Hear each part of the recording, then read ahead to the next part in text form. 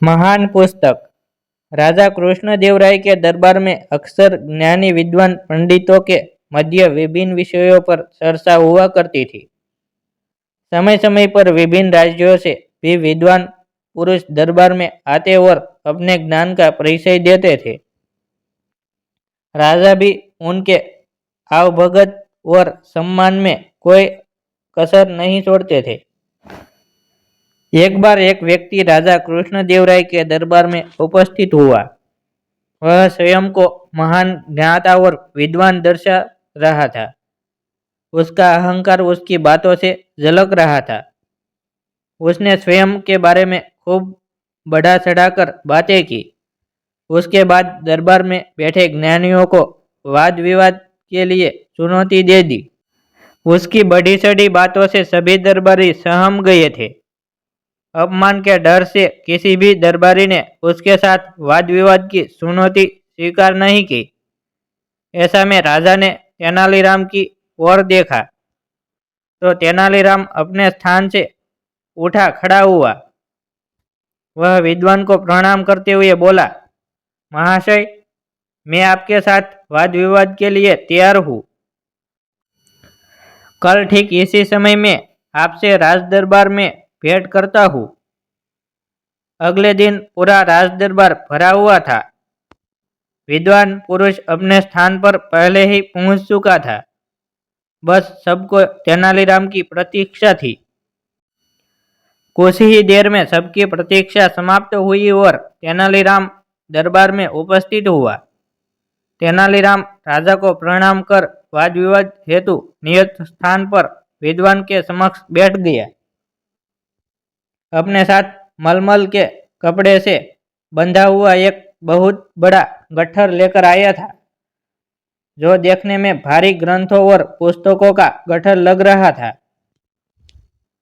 विद्वान पुरुष ने जब इतना बड़ा गट्ठर देखा तो सहम गया। इधर राजा कृष्णदेव राय तेनालीराम के हावभाव देखकर आश्वस्त थे कि अवश्य ही तेनालीराम किसी योजना के साथ उपस्थित हुआ है। उन्होंने वाद विवाद प्रारंभ करने का आदेश दिया। आदेश पाते ही तेनालीराम विद्वान से बोला, महाशय, आपके ज्ञान और विद्वता के बारे में मैंने बहुत कुछ सुना है। इसलिए मैं ये महान पुस्तक लेकर आया हूँ। आइए इस पुस्तक में लिखित विषयों पर वाद विवाद करें। पुस्तक देख पहले से ही सहमे विद्वान पुरुष ने पूछा, क्या मैं इस महान पुस्तक का नाम जान सकता हूँ? अवश्य।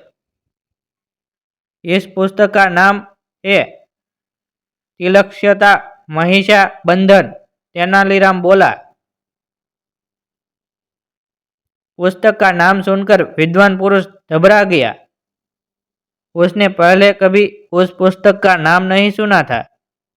वह सोचने लगा कि इस पुस्तक का तो मैंने नाम तक नहीं सुना है। इस पर लिखित विषयों पर मैं कैसे चर्चा कर पाऊंगा? वह तेनालीराम से बोला, यह तो बहुत उच्च कोटि की पुस्तक प्रतीत होती है। इस पर चर्चा करने मुझे बहुत प्रसन्नता होगी, किंतु आज मेरा स्वास्थ्य ठीक नहीं है। ऐसे गहन विषय पर चर्चा हेतु मन मस्तिष्क के साथ साथ सेहत भी दुरुस्त होनी आवश्यक है। मैं आज आराम करता हूँ। कल इस पुस्तक पर स्वस्थ मन मस्तिष्क से चर्चा करेंगे। तेनालीराम मान गया। अगले दिन वह नियत समय पर अपना गट्ठर लिए पुनः राज्य दरबार में पहुंचा, किंतु विद्वान पुरुष का कोई अता पता नहीं था।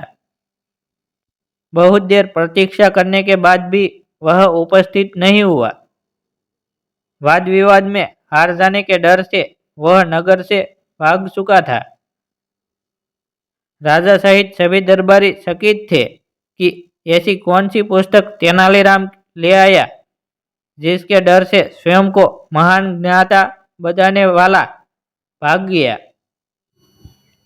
राजा ने पूछा, तेनाली, बताओ तो सही, ये कौन सी महान पुस्तक है?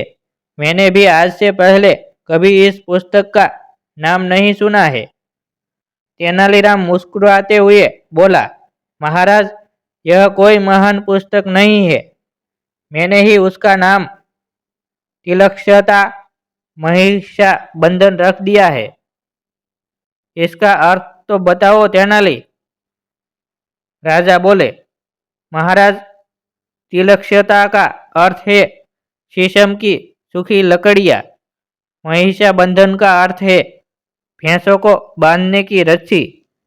इस गट्ठर में वास्तव में शीशम को सूखी लकड़ियां है जो भैंसों को बांधने वाली रस्सी से बंधी हुई है। मैंने इसे मलमल के कपड़े में कुछ इस तरह लपेट कर ले आया था कि देखने में यह पुस्तक जैसी लगे। तेनालीराम मुस्कुराते हुए बोला। तेनालीराम की बात सुनकर राजा सहित सारे दरबारी हंस पड़े। इस प्रकार तेनालीराम ने अपनी बुद्धिमत्ता से एक अहंकारी विद्वान के समक्ष अपने नगर का सम्मान बचा लिए। राजा ने प्रसन्न होकर तेनालीराम को ढेरों उपहार दिए।